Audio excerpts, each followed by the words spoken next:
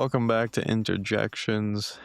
Inter draw Atalanta 1-1. The historic bottle job of the Scudetto marches on. We'll break it all down for you, including the refereeing controversies. I'm your host, Andrew. I've got Mikko and Jay here with me. Mikko, what's up? A lot of thoughts after yesterday's match, and yeah, not that happy to talk about it, but we need to do it. So let's go. I was joking that the podcast is permanently canceled after yesterday's performance. That elicited a genuine concern from our 6 fans. So just want them to all know we appreciate you guys. And, even when we don't want to be recording, we still record for you all. Speaking of people who don't want to record, Jay, do you have any words for Irfan? Irfan did a Thuram in the derby when he simply didn't want to play or didn't feel like playing and faked having the flu to take a sick day and then, miraculously recovered in time for this game. So all I have to say to Irfan is I can't think of anything. He's a man of sounder judgment than us, perhaps. I was actually hoping Irfan would be here today because I know how this is going to go. Mikko's going to want to talk about the refereeing controversies. Jay is going to want to talk about the historic bottle job we're watching unfold, and I'll try and thread the needle between the two. We can do both. Let me just start by saying my panic level is high right now. If we're ranking this thing on a 1 to 10, my panic level is a 7 or 8 that we are truly going to bottle this thing. There is just so much rotten right now between the just lifeless play of this team, the incompetent striker play, and the consecutive weeks of just bonkers refereeing decisions. Watching this 10-point lead in the table shrink to what I believe will be, 5 after Milan beat Lazio later today. It's just wild. So I am panicking. I am absolutely convinced we're going to blow this thing. And it's just crazy how quickly the momentum has swung after 2 mere games. But I don't know where to start. I mean, we concede a goal to Atalanta for the first time since 2023. We dropped points to Atalanta for the first time since what did we establish? 2021. This was not a game on my bingo card I had us struggling with. And to be fair to us, this was not a good performance. None of our performances lately are good. In the past month and a half or so, we've kind of been stuck in this cycle of winning low scoring, you know, poor quality matches. And I give us some credit because the defense has been playing well. But candidly, I'm a little tired of watching this team play football because this is not pretty stuff. Like, this is definitely not peak Inzaghi we're watching unfold. And even yesterday, the first 20 minutes of the match, we didn't have a shot on targets. I don't think we had a shot on targets until Pio ultimately scored the first goal. And even then, you're hoping the floodgates open. Nothing comes. And instead, we're very content to play out a 1-0. And I guess as I'm talking through this real time, I want to start with Kivu before we get into all the refereeing stuff, because yesterday was a disaster class from Kivu in the way of substitutions. The decision to take Pio off when you have Thuram and Bonny, neither of whom is in good form, was just straight up maddening. I get it that Pio and Bonny looked poor together in the derby. Still, the answer was not taking Pio off there. And frankly, taking Barella out of this midfield right now is a death sentence. Putting on Fertesi, who may or may not have drawn a penalty, it just was not the right move. So I was extremely disappointed with Kivu's substitutions yesterday. And, more broadly, I'm seeing a lot of people calling for Kivu's head. And frankly, when we blow this Scudetto, you have to move on from Kivu, right? You can't possibly keep someone who blows a 10-point lead with 10 matches left. So I really don't know which direction to go on this one. I'll let Mikko lead off. Mikko, if you want to dive into the refereeing stuff, we can, because I have thoughts for sure. I know you'll want to talk about it. So, how do you want to do this? I guess we can continue with the football as you started it already with that. We can talk about the referees later. Uh, yeah, I tend to agree with you. A lot of things you said. Maybe the panic level is not that high for me, but it is. It's definitely over 5. Uh, it's not looking good. It's looking really bad at the moment. And like you said, we haven't played that well for a while now. And yesterday we kind of paid the price for that. Usually, even when we haven't played well, we've managed to get the result we wanted, which is always the win we want. And usually, like I said, usually we get that by just kind of closing the shop, even though we haven't been maybe particularly good in that this season, but still we've got job done most of the time when we had that kind of a nice win streak in the league from what was it, October or November to all the way to February or something. And there's just something in our game at the moment which is not working at all, like the lack of running, and I don't know, is it kind of players are just tired, they can't pull it off anymore. I don't know what is it, but it's really kind of lackluster how we are playing. Pio's goal, it was like really, it wasn't like a super great chance. The shot wasn't like perfect. It went straight to the keeper, but kind of a smart shot in a sense that it was just next to the Karnasek's leg. So maybe a bit harder than you initially think, but anyway, we weren't able to create that much in this game. Uh, Maybe enough to secure the win, but that didn't happen, and it will it will bring a lot of pressure now to Kivu and the whole team. And luckily we are playing only once per week from now on, mostly because it's gonna be tough from now on. There's couple tough games going on, like coming up right after this match in our schedule, and we need to get the wins from most of those games to kind of settle this situation a bit. And given how we look at the moment,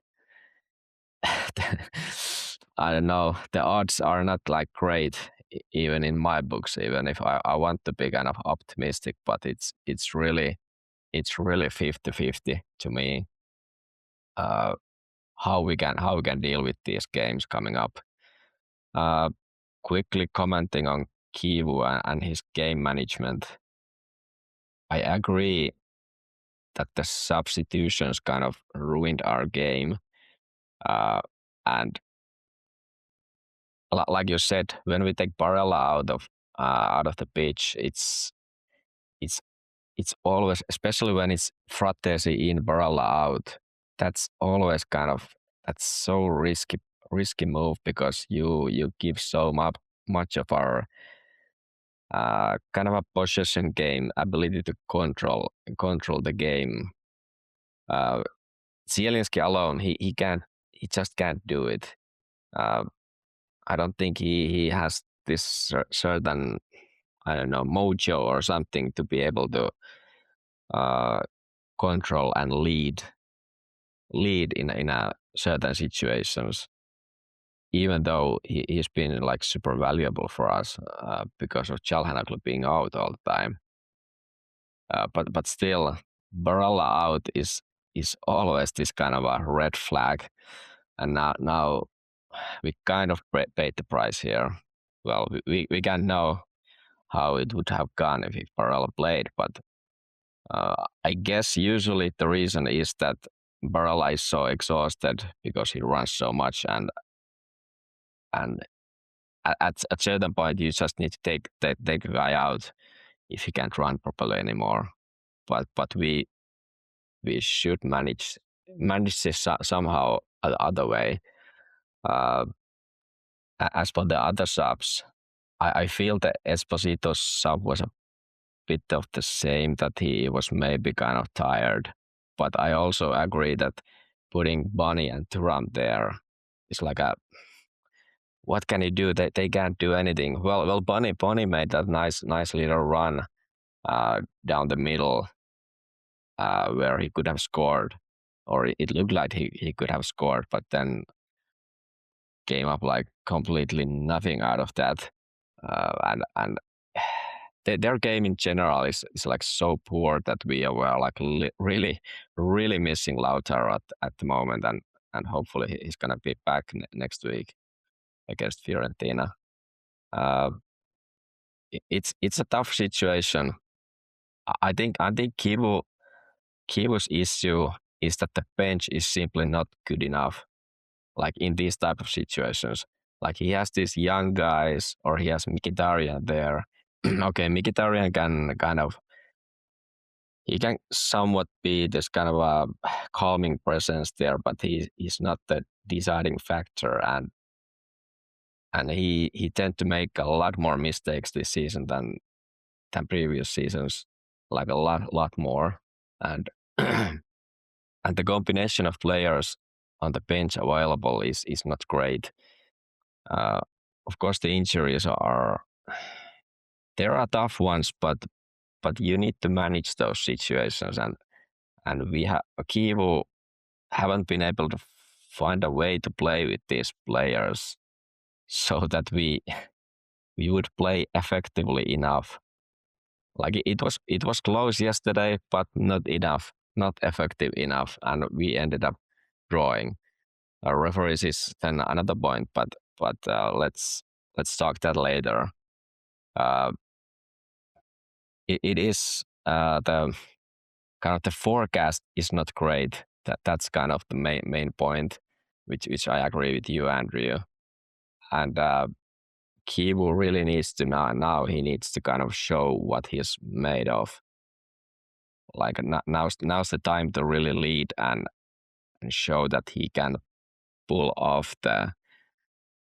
all that, I don't know, potential or anything in this team, so that they can kind of keep the lead. There's not that many matches left anymore, but like many matches to win still. You need to actually win quite a lot of matches probably. So it is a tough situation. You talked about the bench not being good enough, but honestly, like with Lautaro hurt, it just feels like none of the starters are even good enough right now. We have not had above average forward play in what feels like forever. The the defense was fine yesterday, honestly. Like struggled a little early. I was fine with how they came into shape. We can talk about the penalty incidents. The midfield and the attack have been so poor for so long. It's just I can't explain what's going on. And you were hoping that after the disappointment against Milan, this team would sort of show their mettle and hey, we've always been the team this year who bounces back from these spots. Like you get, no matter what happens, we go out and we beat the sides we're supposed to beat in Serie A. That's been our calling card all season. And then to just straight up no show yesterday, it was just, that's why I'm so ready to panic. That's why I'm so worried about this. And I don't know, Lautaro is supposed to be back for Fiorentina, I think. So is he going to be the one who like inspires this team forward and changes the trajectory of the season? We have to hope. Jay, I'm sure you have positive, optimistic things to say about the match yesterday. I think Lautaro is a good place to start, because if Lautaro comes back and does lead this team to the title in the remaining matches, then I will hereby never criticize him again for as long as he is at Inter, despite all the complaints I've had about him in his time here. Because you're right in saying that without him, the team clearly lacks some kind of mental fortitude or the bullishness, the kind of aggression, the anger, the uh, what do you call it, the intensity, the grinta that Lautaro brings. It's really startling to see that the team is seemingly just unable to respond to every question that's asked of them from the fans, from the media, from opponents. You know, we see this time and time and time again. And you spoke about Kivu, and or Mikko spoke about Kivu and whether Kivu, or now it's time for Kivu to show what he's made out of. I think he's already shown what he's made of, which is that he can't get this team to play much greater than the sum of its parts. And that's not to get in the whole Inzaghi thing again, but that was what Inzaghi was good at. You know, the team was haphazardly assembled from the remnants of Conte's squad, disassembled and sold for profit, hastily replaced with a bunch of makeshift, cheap replacement parts like Dzeko and Mkhitaryan, Acerbi, etc., Sommer, and Inzaghi was able to take this group and to elevate them and to take these 11 players on the pitch and make them play like 12 at times, you know. But Kivu is, I don't blame him in a sense because he's, it's not his fault, I guess. But Kivu, I don't think he is that. I think he's shown that in the way that the team is played, they're not really buying into him as a leader of men. He says the right things in the press conferences. He is well spoken. He's got a good sensibility to the way he conducts himself and the things he says. But I don't know. I don't feel like the players are exactly spitting blood for him, nor are they really like, rounding to the cause that Kivu's pushing either. Because again, I keep saying this, but like, I think we lost 10 out of 12 big games or something. Like, I don't even ask for wins, but at least draw, at least draw a couple of times. But to predictably lose in every single game is just, again, think about like previous Inters you've seen. Think about like, the infamous Fergie time or even fucking this dipshit Milan this season, how many late equalizers they've come up with. It just kind of defies the odds, right? But that's because these teams, whether it's Mourinho's Inter or not that Allegri's Milan is fit to shine Mourinho's Inter's shoes, but you get what I'm saying. There's some commonality in the refusal to lose, the trying until the very end, and those factors are completely absent in this Kiva squad. Aside from the late Zielinski goal against Juventus, I can't really recall many other late winners that we've had, and certainly not in any of these big games. Right? We didn't, score a late winner against Liverpool. We didn't score a late winner against Milan, or even like grab a late equalizer to salvage a draw and get that point. We couldn't do that on either occasion. On either occasion, I'm asking. It's just the empirical evidence is just insurmountable at this point. What is it? 9 or 10 losses, 1 win and 1 draw. Yeah, you can't. Like at this stage, it's, as far as I'm concerned, kind of irrefutable evidence, concrete fact that Kiva was not really taking this squad too much higher than what it currently is, which is like we might win a Scudetto out of virtue of just wiping all the shit teams, but that's like a paper Scudetto at best, in that yeah, it's a Scudetto. It's worth celebrating. And like I said, if Lautaro can drag us there, I'll be happy and I'll celebrate and I'll be forever grateful. But it's we know that it's a Scudetto kind of based on like the consistency of being just above average rather than it is being particularly excellent. And you see that proven time and time and time again in all these big spots. In any moment where the heat's turned up or the pressure's turned up, this team melts.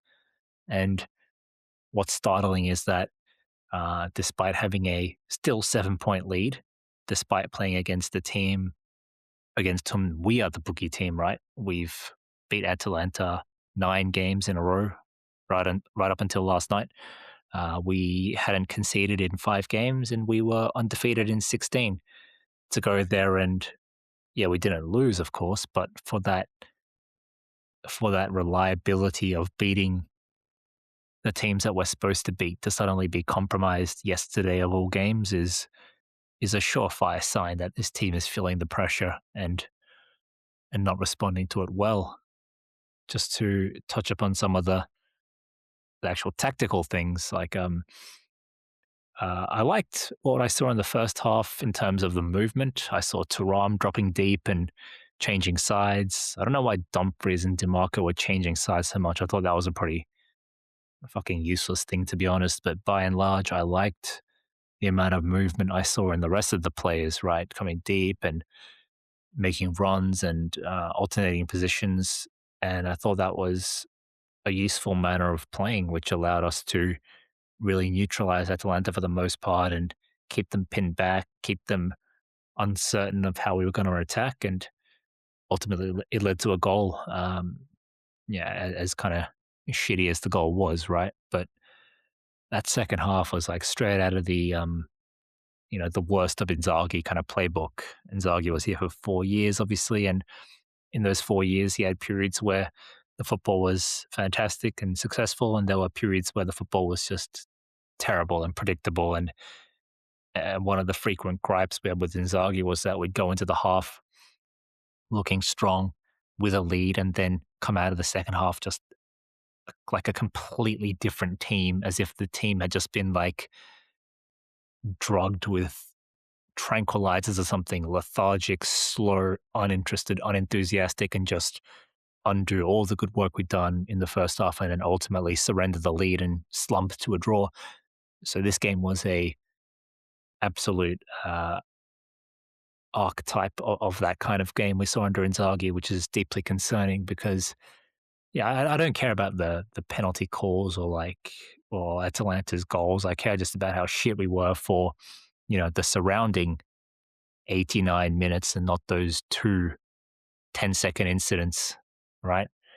So again, now that the pressure's on, a 10-point lead becomes 8 right now, but could potentially drop to 5.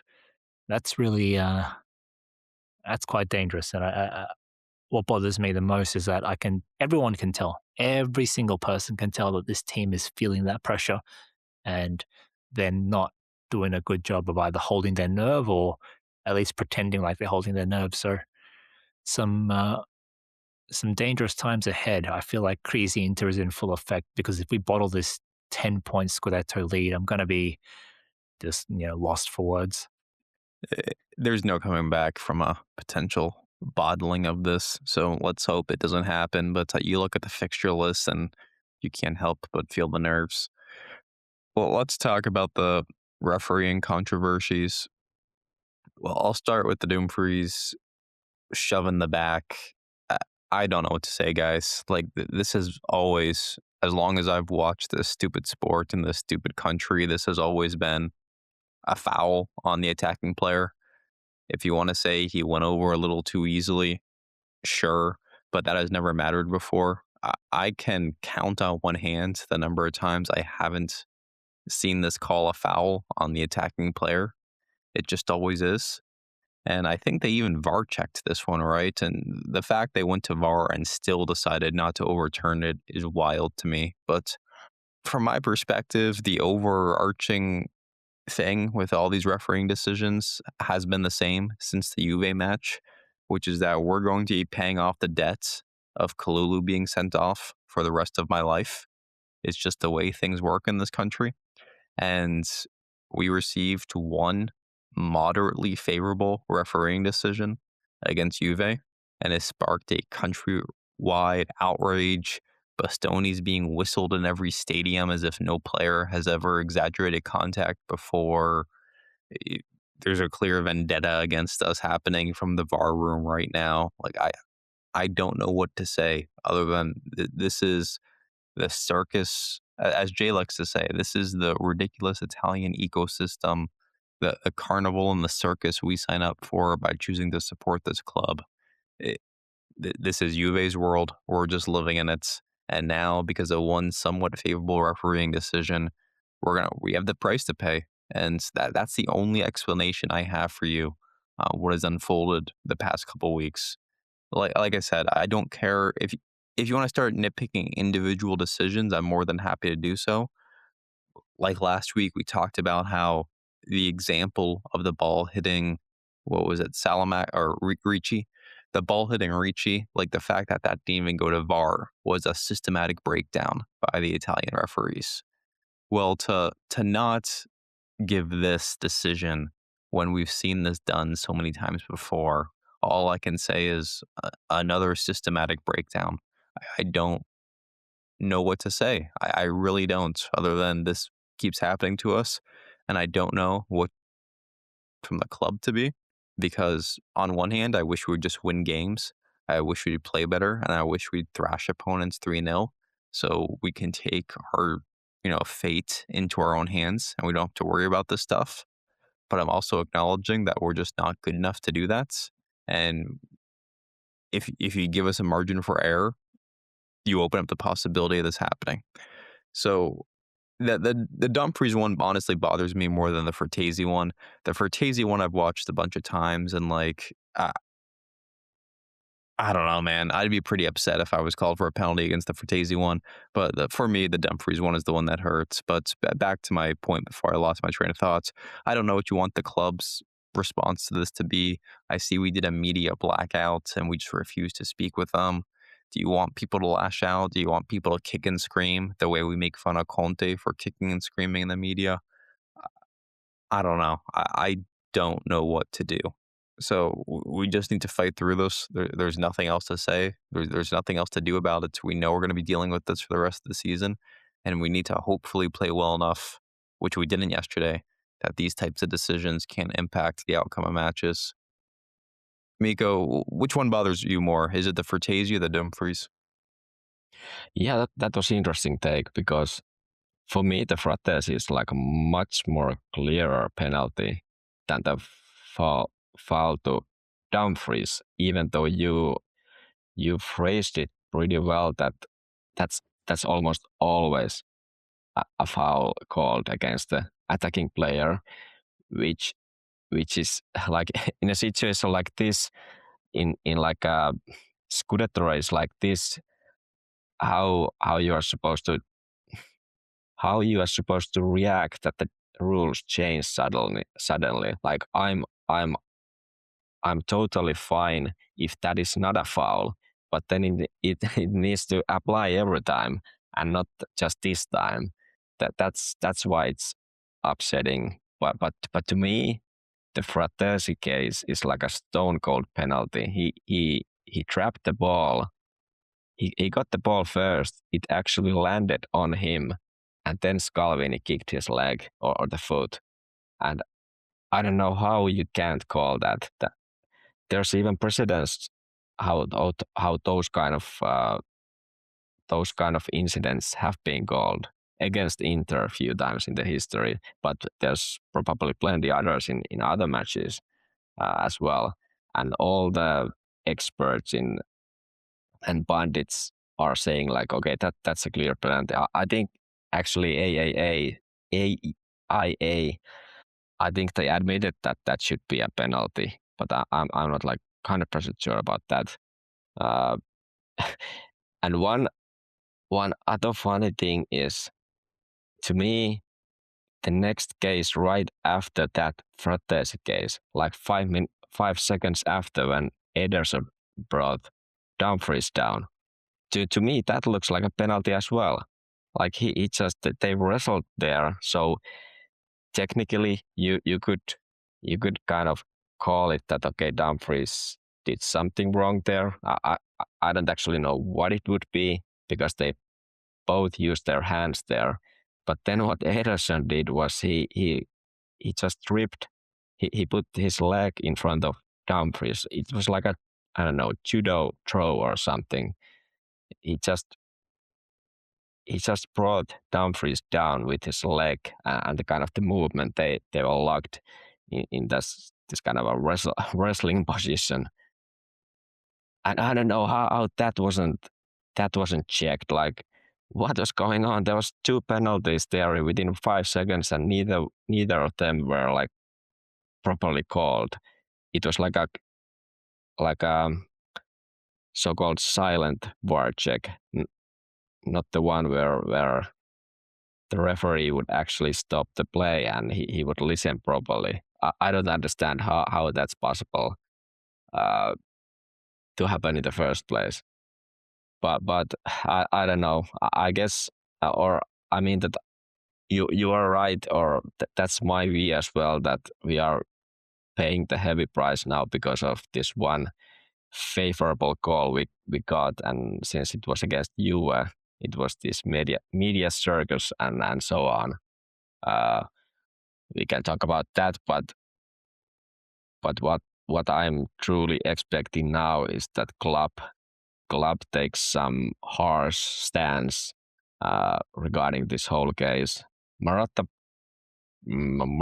said something after the Bastoni case when it like totally blew up. That was a good one. He poked Juve a bit from like made some references to the past and so on, which was pretty nice back then. But he really needs to take a stance now. Like we can't just like stay here and do nothing and just accept without saying anything, because if we don't say anything, that's also a message or a signal that okay, we just take everything and anything what is thrown against us.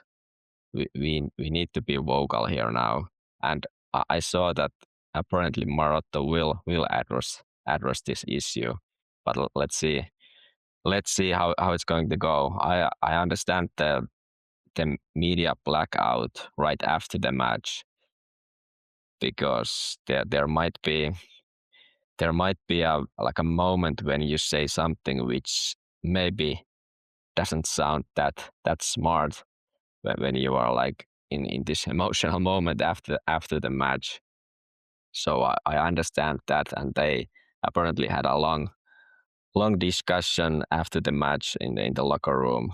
Kivu and Marotta and Auxilio and those guys there. I'm interested to see what's coming out of this, or what Marotta is going to say regarding this, because that is influence as well. Like what is Conte doing, or Allegri, or those veterans are doing. They know what they are doing when they are talking about the referees. They try to influence the future calls, and we need to do that in some capacity as well. Like you, Andrew said, we are laughing at Conte for his outbursts, but they I think they have an effect, and we simply need to play that game as well. Jay mentioned he doesn't care about these calls, and you referred, Andrew, that as well, that you could just play better, and like we could have played better and secured the game earlier, so that we don't let the referees have even the possibility to decide the game for us. But as you said, Andrew, we are not that good, unfortunately. We couldn't pull off more than what we did yesterday, and we paid a heavy price. because of that. So there are like two sides. Both can be true at the same time. Like we play like shit, but then the uh, referees affect these results at the moment for us a bit too much. The problem from my perspective is there's nothing the club can say to make me feel better. The only thing we can do is go out and win this thing. And if we win this thing, all will be forgiven. To your point, maybe there's, and I'm not good at understanding this stuff, maybe there's like posturing that needs to go on to make sure we're not, the ones falling victim to this for the rest of the season. And Morata saying something might help influence that. That's not really my space. I don't know, man. But there's nothing he's going to come out and say today that's going to make me, as a fan, feel better. He can burn Keefe to the ground, and he can't Chiefy, whatever, and Abiso to the ground. He can say he never wants them to referee an Inter game again. He can blame the institution and cite the Juve results. Like even that statement won't make me feel better. None of this is going to make me feel better unless we prevail on this league campaign. You know what I mean? Yeah, I understand what you mean, but I still want that they kind of defend this club properly, like publicly. It's not enough anymore that they try to use these, what do they call, institutional channels, like in behind the scenes, that like Marotta is super respected, and well the meme Marotta League and everything. Clearly that influence is not working. Like, well, at the moment the Marotta League is like complete opposite of that. But apart from that, I'm seeing we need to be public, because I think that will affect what is said publicly, especially if it's Marotta who is who's saying something publicly. I think it matters, but I understand that at this moment it doesn't help like directly right now anyone. I see that. Jay, any thoughts on the refereeing decisions? Personally, I thought the Fratesi decision or non-call was more egregious than the Dumfries call. I felt like Dumfries was already kind of like stupidly hurling himself downwards. So my blame is more towards Dumfries for choosing to do that as a last man, rather than make more of an attempt to play the ball and defend the situation. But Fratesi, I mean, we saw it in that 5-1 derby where we beat Milan, where I think it was our fourth goal, Çalhanoğlu penalty. It was a very similar situation where uh, off a second ball, Lautaro reached out, uh, touched the ball with the tip of his toe, and Theo Hernandez kicked at it and just kicked basically the bottom of Lautaro's boot, and Lautaro went down, and it was VAR'd and the penalty was given. Like, these are usually given when but two players are kicking upwards at a ball. One guy gets there first, and the other guy kicks the bottom of the other guy's shoe. I mean, it's such a nothing foul in the scheme of things. If these weren't given in football, I wouldn't really care too much, because it doesn't hurt. It doesn't really injure or damage the player in any capacity, but there is clear contact there. So, but these are normally given, is the point. And the fact that it didn't go to VAR was interesting. I don't know how scandalous these things are. I try not to really think about that kind of stuff. I'm always more focused on what we can control, and rather than what we can't. But I do admit it's a bit odd that it wasn't VAR'd at least. And yeah. One thing I just wanted to quickly mention was that, my God, I'm really turning on Bonny quite fast at this rate. I mentioned in the last 2 episodes consecutively that I found him to be increasingly a headless chicken kind of player, and I thought today might have been, I don't know if it was worse than the derby, but it was pretty bad.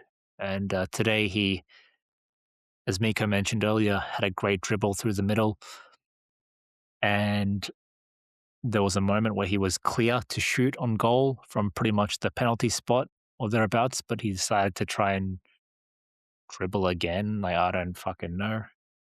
It's like he didn't want to shoot from 5 meters out because it was too far, and instead he wanted to shoot from 3 meters out or something. It was just idiotic, and that's the kind of lack of game smarts that I've been talking about in relation to Bonnie for a couple of weeks now, and I'm at the point where I'm thinking this guy is just like an outright fucking idiot with a small smattering of skill, which occasionally results in a nice goal, like in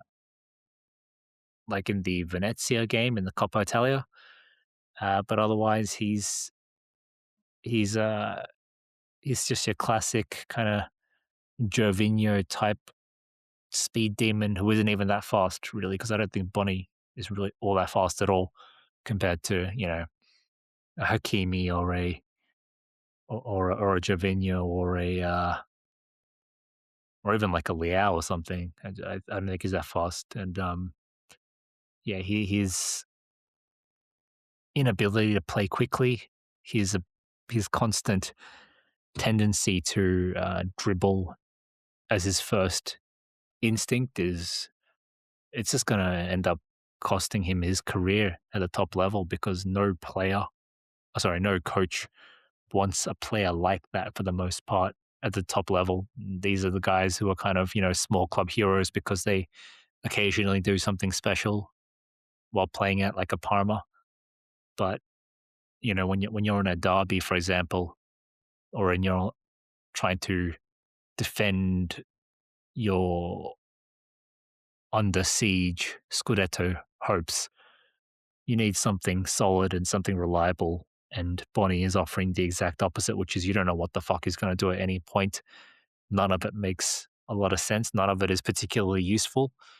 And there's nothing that can be relied on there. You can't rely on him to hold up space. You can't rely on him to make certain runs attacking certain channels. He just does whatever he wants. It's just random every time. And again, to play him alongside Thuram is like probably the worst forward pairing that we have. At least when you play Bonnie and Pio, um, as inexperienced as both of them are, at least you have like a kind of target man and a runner kind of complementing each other. But when you play Thuram and Bonnie, you've got two guys who kind of both want to do similar things, want to hang around generally the left hand side of the pitch, drift inwards, attack the flank, and run at goal, cut inwards, etc. And yeah, it's just a mess. And so for Kivu to take Pio off, I thought was a dismal tactical move. It completely lost us the ability to play long balls, aerial balls forward because I believe Atalanta brought on Hien, who was just dominating the air against Thuram. And, we needed a Pio to go mano a mano against Hien and try and win some knockdowns. But obviously that didn't happen after he took Pio off. And while we're on the topic of bad subs, taking Barella off for Fertesi was just idiotic. He kind of forced his own hand though by taking Sucic off so early. I didn't think Sucic was at risk of getting like a red carded or anything, or I don't think he was playing that badly. In fact, I don't even know why the fuck he got yellow carded to begin with. It I was a remember- late tackle, which didn't hit the ball at all. Right. I thought if it was the one I was thinking of, I thought he actually won the ball pretty cleanly, but maybe I'm wrong. In any instance, taking Sucic off early ended up forcing his own hand, and again to take off Barella for Fertesi was a dismal choice so early with so long left to play. We had no ability to pass the ball. We had no one to defend. We completely surrendered control of the midfield, and I thought it was an incredibly random and just naive substitution, and we paid the price for it. So I got to say, Kivu deserves major criticism for that one as well. That was a that was good rant regarding Bonny. I wouldn't change a word there. Uh, I started to think while you talked about the Bonny, how he was playing with Thuram, that I don't know, was the idea that since we were kind of defending the lead, that Thuram and Bonny would be able to somehow kind of keep the ball there when we throw it at them. They are good at kind of protecting the ball when you get it, especially Bonny. I don't think he rarely kind of loses the ball when he gets it, except when it bounces off him like prime Lukaku. But when he gets the ball, he is usually able to protect it. And maybe PO was like tired or something, but they that I was thinking maybe that was the idea, but it was like so far what really happened. Like they provided nothing to us when they played together, which is really kind of unfortunate that we have. Well, Lautaro is back soon, so hopefully we don't need to worry about these kind of issues anymore. And Lautaro keeps playing 90 minutes every match for the rest of the season. Well, are you counting when he gets injured on international duty for Argentina? Yeah, actually, I read that they would be canceling this, what it's called, Finalissima, the Oh, Copa the game against American. the game against Yeah, Spain or whatever. or is it Euro champion against the Copa America winner or World Cup winner? I don't know which one is it, but anyway, Spain against Argentina. I saw that it would be cancelled because of the situation in the Middle East, but maybe that's not kind of finalized yet. They were actually rumoring it could be played in San Siro, but let's see. Would be nice if they cancel it altogether, since Lautaro is coming back next week, and then he's like surely going to play for Argentina. So I don't like that, but it is what it is. He's always there, if even remotely kind of available. But yeah, let's see. All right. Well, let's preview Fiorentina next weekend in what is truly a must-win game. If we drop points to Fiorentina, the season's over. Just telling it like it is. This Fiorentina side may be out of the relegation zone, but the struggles roll on for them. They're still dropping points left and right in the league to far inferior teams than us. They've lost to Udinese and drawn Parma in their last two league games. And as an added bonus, they're still fighting in what I believe is the Conference League. And in the Conference League, they'll have a match 3 days before their fixture against us. They actually haven't played yet this week. They play on Monday as a result of their Conference League engagements. So this is truly a must-win in every sense of the word. The hope is that Lautaro's back and he's starting for us. We've hit on that a little bit in this episode. Even if he's not starting, just having him available off the bench would be big for us. Other than that, I don't know what's going on. Is Çalhanoğlu alive, Mikko? What's going on with him? I don't know. Wasn't it that they played against Como in the Coppa Italia match for about an hour or something, and then we haven't seen him. I don't know. I really don't know what's his status, but it's. I think it's starting to be an issue at the moment. Like we clearly see that when we have just Zielinski there, like it's not working that well.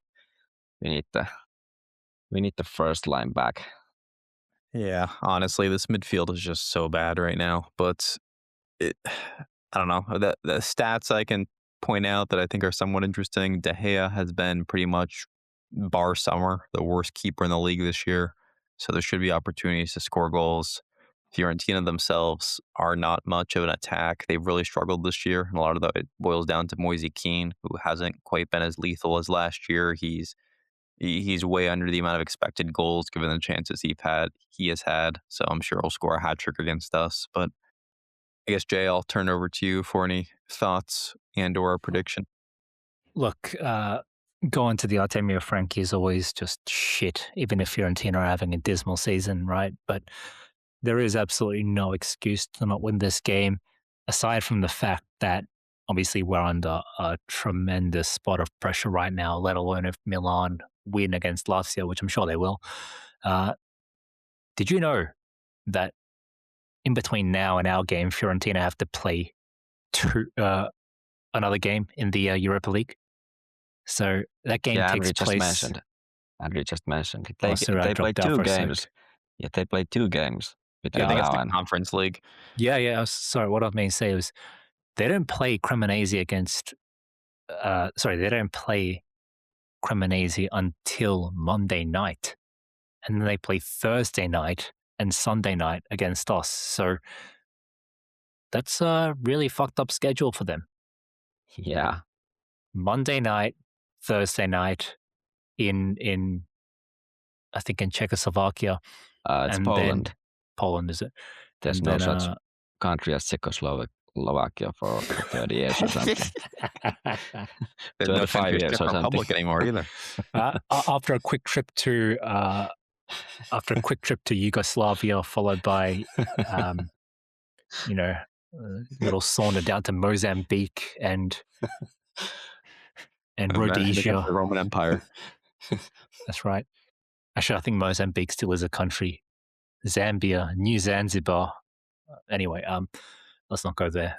Anyway, so yeah, if I was Fiorentina, I'd be pissed off, man. That schedule is terrible.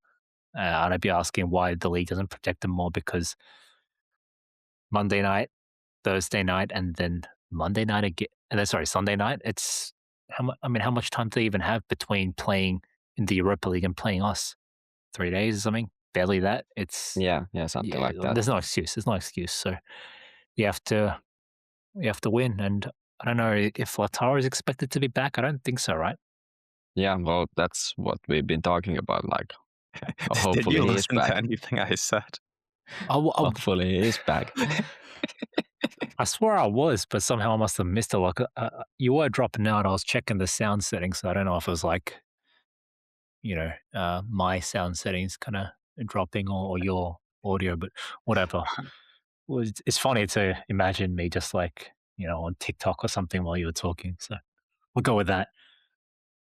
I apologize. All right, let's go with a 1-0 prediction here for Fiorentina, obviously. Obviously. Moyes Keane goal. Crazy Inter in full effect. This shit is gonna get worse before it gets any better, if it does. And it might not. When, let me ask you this question as the resident Milan expert. When is the next time drops points? I will quickly check their schedule. Mikko, give me a prediction while Jay is pulling up Milan's schedule to tell us when they're going to drop points next. Yeah. Well, Jay kind of put the background. I don't think they will. They've got Lazio tonight at the Stadio Olimpico, and I don't know. It's not, unheard of for Lazio to beat Milan. I think Lazio are the ones who dumped Milan out of the Coppa Italia just this season, right? So there's precedent there. But the way these things go. When it rains, it pours, and so it's more because of our situation that we expect Milan to win, not because of anything to do with Lazio, because anything to do with them. And then you've got Torino. You expect them to win. Napoli away. Napoli are pretty shit, right? Let's be real. Napoli are pretty shit. And then Juventus. So I don't know. Their schedule is not super easy either, in that they've got 2 of the top 4, 5. I guess they've got Napoli, Juventus, and Atalanta to play, whereas we've got Roma and who else do we play? Como. Roma, Lazio, and I think that's it. Oh, and Como, of course, yeah. Como away, yeah. Yeah. That's a tough one. That will make the bottle job even worse, the fact that we have an easier run-in than them. Can I ask, genuine question, do you genuinely think that we are not going to win the league? like all the kind of like trolling and kind of in the moment, just despairing and coping mechanisms and black humor aside, do you think we're going to win the league? Up until yesterday, I was steadfast in our belief that we were going to get this thing done still. Even the Milan loss, I still believed we were going to get the job done. I am significantly more nervous after yesterday's results. Eh, I will say yes, we get the job done, only because I have not seen this Milan side go on a run of form where they win 8 consecutive matches all season. They've always been good for a dumb draw where they drop points and they're losing most of the way, score a late equalizer, just be competent. I think it will be enough because I just can't see this Milan side winning out. I mean, that's what people were saying in the 21-22 season. It's true. And that Milan side got hot and they basically won every game down the stretch after I forget. I don't remember as well as you do the turning points, but I remember they won like their last 8 games to win the league after the Radu incident. I think it was only 5, but yeah, point taken. Mikko, do you think we're still winning the league? Yeah, it's that's a tough call. What we just discussed here, like it can really go either way. The fact that Mikko didn't immediately respond with yes should terrify every listener out there. Yeah, it terrifies me as well because I can totally see if we drop points against Roma and Como, which I see it's totally possible. It can go really bad, but my brand is not that, so I'm going to say yes. We're gonna win it. Well, I will predict a 2-0 win over Fiorentina. As I said, if we lose this game, just shut everything down, burn it all down because the season is over. So give me a 2-0. Lautaro gets on the score sheet and we finally get a Dumfries goal. May we Yeah, please receive a. Sorry, what were you going to say, Miko? yeah. My prediction. I forgot to say my prediction. I was going to say the 2-0 as well. We're gonna get back on track since or hopefully Lautaro is back and we go from there.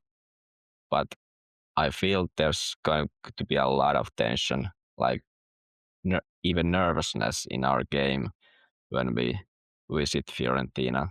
I think what Jay mentioned that the schedule is really bad for them will help us a lot. They these relegation battling teams are typically not that kind of easy and kind of poor teams at these times of the season. But I think the schedule is so bad for Fiorentina that we can easily overcome this kind of how do you say it?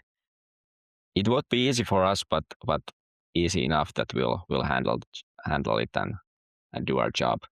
Can we please get a JSOT betting tip? I've got 2 good ones for you guys today.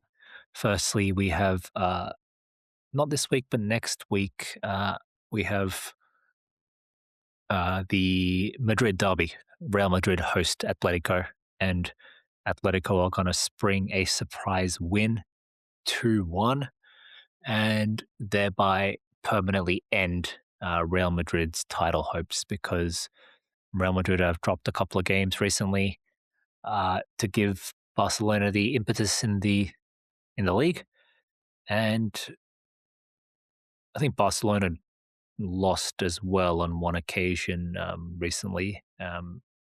But nevertheless, right now there's a 1 point gap. Barcelona still have a game in hand, so 4 points if they win that game.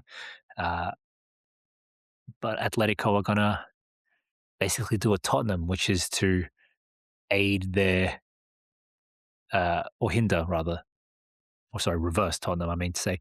They're going to hinder their hated rival and thereby hand the title to Barcelona. So 2-1, Atletico against Real Madrid. All right. Is there gonna be El Clasico anymore this season? Just like a side note? There will yeah, be. there There will is. be. There is. In May. They've only played once, so Yeah, in May. It will be in May in Camp Nou. Mm. All right. All right. Hala Madrid, I guess. yeah, something like that. Yeah. All right. Mikko, please do us the honors.